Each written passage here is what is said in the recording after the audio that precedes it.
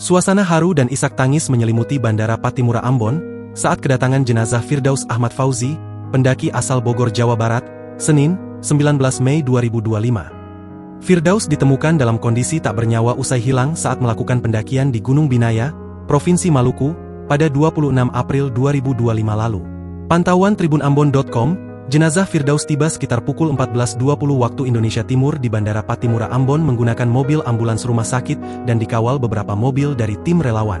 Kedatangan jenazah disambut penuh duka oleh kerabat, tim relawan, pencinta alam Maluku, dan puluhan warga yang turut hadir mengiringi kepulangan almarhum.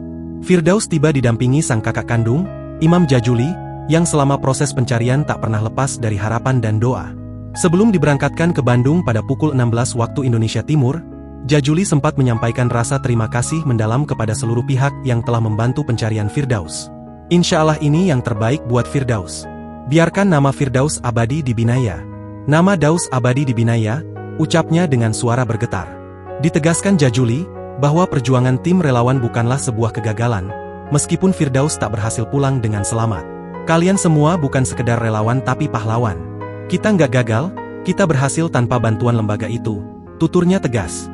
Diberitakan sebelumnya, relawan pecinta alam Maluku akhirnya menemukan Firdaus Ahmad Fauzi pada Sabtu, 17 Mei 2025, siang.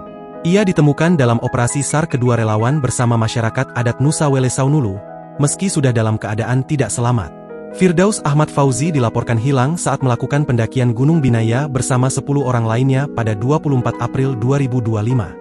Ia diduga berjalan lebih cepat dari tim dan tidak terlihat lagi setelah kelompok melanjutkan perjalanan ke pos 4. Download Tribun X sekarang, menghadirkan lokal menjadi Indonesia.